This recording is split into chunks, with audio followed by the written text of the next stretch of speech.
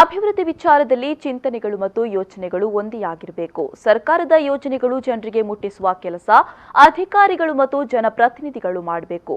ಇಂತಹ ಅಭಿವೃದ್ಧಿ ಯೋಜನೆಗಳಿಗೆ ಜನರ ಸಹಕಾರ ಅತಿ ಅಗತ್ಯ ಅಂತ ಸುಳ್ಯ ಶಾಸಕ ಎಸ್ ಸಂಗಾರ ಹೇಳಿದರು. ದಕ್ಷಿಣ ಕನ್ನಡ ಜಿಲ್ಲಾ ಪಂಚಾಯತ್ ಮಂಗಳೂರು, ತಾಲೂಕು ಪಂಚಾಯತ್ ಸುಳ್ಯ, ಗ್ರಾಮ ಪಂಚಾಯತ್ ಕನಕಮಜ್ಜಲು, ಜಿಲ್ಲಾ ಪಂಚಾಯತ್ ಇಂಜಿನಿಯರಿಂಗ್ ಉಪವಿಭಾಗ ಸುಳ್ಯ ಇದರ ವತಿಯಿಂದ ನವೀಕೃತ ಸಭಾಭವನ ಕಟ್ಟಡ ಹಾಗೂ ಸೋಲಾರ್ ಬೀದಿ ದೀಪಗಳ ಉದ್ಘಾಟನೆ, ವಿವಿಧ ಕಾಮಗಾರಿಗಳ ಗುದ್ದಲಿ ಪೂಜೆ ಮತ್ತು ಫಲಾನುಭವಿಗಳಿಗೆ ಸವಲತ್ತು ವಿತರಣಾ ಸಮಾರಂಭವನ್ನು ಉದ್ಘಾಟಿಸಿ ಅವರು ಮಾತನಾಡಿದರು.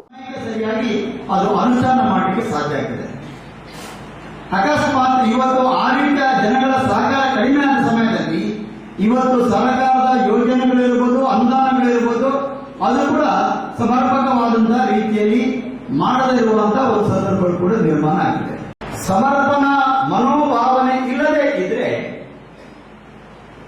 ನಾವು ಯಾರು ಕೂಡ ಯಾವುದೇ ಒಂದು ವ್ಯವಸ್ಥೆಗೆ ಅಥವಾ ವ್ಯವಸ್ಥೆಯಲ್ಲಿರ್ತಕ್ಕಂಥ ಬೇರೆ ಬೇರೆ ವಿಧಾನಗಳಿರಬಹುದು, ಆ ವಿಧಾನಗಳಲ್ಲಿ ಈ ರೀತಿಯ ಮಟ್ಟಗಳನ್ನು ಬರಲಿಕ್ಕೆ ಸಾಧ್ಯವಿದೆ. ಸಭಾ ಕಾರ್ಯಕ್ರಮವನ್ನು ಜಿಲ್ಲಾ ಪಂಚಾಯತ್ ಸದಸ್ಯೆ ಪುಷ್ಪಾವತಿ ಬಾಡಿಲ, ಸೋಲಾರ್ ಬೀದಿ ದೀಪಗಳನ್ನು ತಾಲೂಕು ಪಂಚಾಯತ್ ಅಧ್ಯಕ್ಷ ಚನಿಯ ಕಲ್ತಡ್ಕ, ಜಿಲ್ಲಾ ಪಂಚಾಯತ್ ಸದಸ್ಯ ಹರೀಶ್ ಕಂಜಿಪಿಲಿ, ತಾಲೂಕು ಪಂಚಾಯತ್ ಸದಸ್ಯ ತೀರ್ಥರಾಮ ಜಾಲ್ಸೂರು ಉಪಸ್ಥಿತರಿದ್ದರು.